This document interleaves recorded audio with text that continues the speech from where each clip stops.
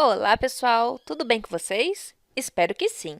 Aqui quem fala é a Cristiane, professora de Biologia da Escola Brasil, e na aula de hoje vamos aprender a analisar heredogramas, mais popularmente conhecidos como árvores genealógicas. Você já ouviu falar dessas palavras, heredograma ou árvore genealógica? Heredogramas são esquemas que servem para representar a transmissão de características ao longo de uma família. Para isso, utilizamos sinais específicos para representar as informações necessárias. No heredograma, utilizamos um quadro para representar o homem, um círculo para representar uma mulher e um losango para representar uma pessoa que não sabemos o sexo ou que o sexo não importa no exercício, ok? Caso estejamos analisando a presença de uma característica específica na família, como a presença de miopia, por exemplo, devemos pintar os indivíduos que são afetados por aquela característica. Neste exemplo, um homem com miopia seria representado como um quadrado pintado. Uma mulher com miopia seria representada com um círculo pintado. E uma pessoa de sexo indefinido que tiver a característica também deverá ser pintada.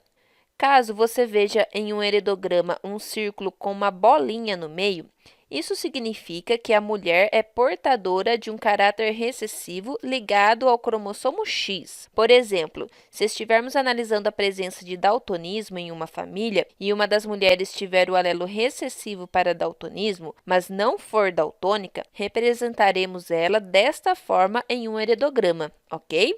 Quando queremos representar um casamento ou uma união entre homem e mulher, desenhamos um quadrado para representar o homem, um círculo para representar uma mulher e fazemos um traço para ligá-los, para representar esta união.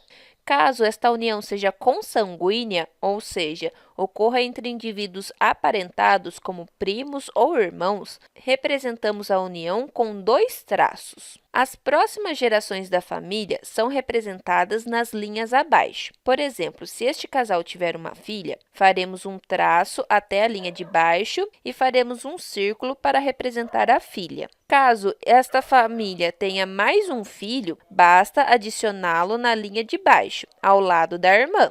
Caso este casal tenha outro filho do sexo masculino, basta adicioná-lo na linha de baixo juntamente com os irmãos, e assim sucessivamente para todos os filhos que este casal venha a ter.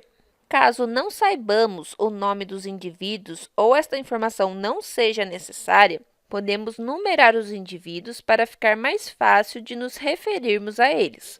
Por exemplo, nesta família, queremos analisar quais dos indivíduos apresentam miopia. Como o casal não está pintado, sei que nenhum dos pais apresenta miopia.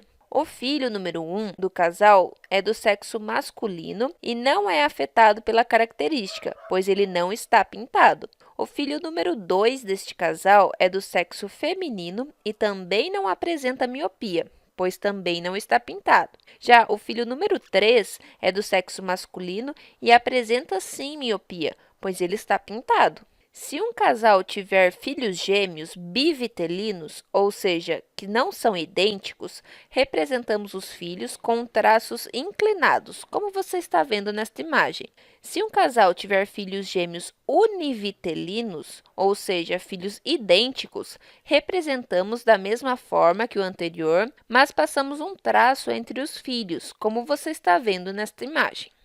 Este heredograma representa 3 gerações de uma mesma família, sendo que alguns indivíduos são afetados por uma certa característica. Podemos interpretá-lo da seguinte forma: o casal da primeira geração teve 2 filhos homens e uma filha mulher. A filha se casou com um homem com quem teve um filho do sexo masculino, e apenas o avô, indivíduo 1 da primeira geração, e o tio, indivíduo 2 da segunda geração, são afetados pela característica analisada, ok? Tendo visto os símbolos que utilizamos em um heredograma, vamos resolver alguns exercícios para praticar. Olha esse primeiro exercício. No heredograma a seguir, os indivíduos 6, 12 e 16 apresentam um tipo de surdez hereditária, com herança autossômica recessiva. Presta bem atenção nessas informações, ok? Identifique os indivíduos seguramente heterozigóticos, justificando sua resposta, ok? Então, vamos lá. Se a herança é autossômica recessiva, eu sei que os indivíduos 6, 12 e 16 possuem o genótipo recessivo-recessivo, que no caso estou representando com a letra A. O que o exercício quer saber é quais indivíduos são heterozigotos com certeza, ou seja, quais indivíduos possuem um alelo dominante e um alelo recessivo para esta característica. O indivíduo 6 é surdo, mas os pais, número 1 e 2, não são. Isso significa que os pais são heterozigotos, pois, apesar de os pais não serem surdos, ambos passaram o alelo para a surdez para o filho. O indivíduo 7 também é heterozigótico, pois não é surdo, mas teve os filhos número 12 e 16 com surdez, o que ocorreria apenas se o pai e a mãe passassem o alelo para o filho, já que esta é uma característica autossômica recessiva. Além disso, os indivíduos 10, 11, 13, 14 e 15 também são heterozigotos, pois, apesar de não serem surdos, são filhos de um homem surdo, o que significa que eles herdaram o alelo recessivo do pai e o dominante da mãe, ok? Olha esse próximo exercício. Em uma família, o pai possui uma doença determinada por um alelo dominante de um gene localizado no cromossomo X. A mãe possui fenótipo normal quanto a essa característica. O casal tem 4 filhos, 2 homens e 2 mulheres. Monte o heredograma dessa família usando os símbolos a seguir. Então, olha só, eu começo desenhando o casal, certo? Como o homem é afetado, preciso pintar o quadradinho. Esse casal teve 2 filhos e 2 filhas. Assim, o heredograma dessa família ficaria deste jeito, ok? Olha essa próxima pergunta. O heredograma a seguir mostra a ocorrência de uma determinada anomalia em uma família. A condição demonstrada no heredograma é herdada como característica. Então, vamos analisar as respostas. Lembre-se que o círculo com a bolinha no meio representa uma mulher portadora do alelo recessivo ligado ao cromossomo X, mas que não apresenta a característica, ok? Sendo assim, nenhum indivíduo da geração 2 possui a característica analisada. Por isso, vou te dar uma dica. Geralmente, quando estamos analisando o heredograma e a característica analisada pula uma geração, isso significa que a característica é recessiva. Por exemplo, vamos pensar na presença de olhos azuis na família. É muito comum vermos avós de olhos azuis, filhos de olhos castanhos e netos com olhos azuis também, igual aos avós. Isso porque os olhos azuis são determinados por um alelo recessivo, ok?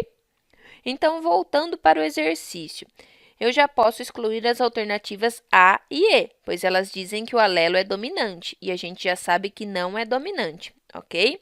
Olha a alternativa B, recessiva autossômica. Se fosse recessiva autossômica, o exercício não teria marcado apenas as mulheres como portadoras do alelo, já que essa característica poderia afetar homens e mulheres igualmente. Então, a B está errada. Olha a alternativa C, recessiva ligada ao cromossomo Y. Aí eu pergunto, se a característica está ligada ao cromossomo Y, as mulheres poderiam ser portadoras desse alelo? Lógico que não, né? Pois as mulheres não possuem o cromossomo Y. Sendo assim, a C está errada. Assim, sobrou apenas a D, recessiva ligada ao cromossomo X. Esta está correta, né, pessoal? Esta está correta, né, pessoal? Pois, como a mulher tem 2 cromossomos X, pode ser que em um cromossomo tenha o alelo dominante e no outro tenha o alelo recessivo. Assim, ela pode ser portadora, mas não ter a característica, né? Além disso, repare que apenas homens foram afetados. Isso ocorre porque herdam apenas um cromossomo X.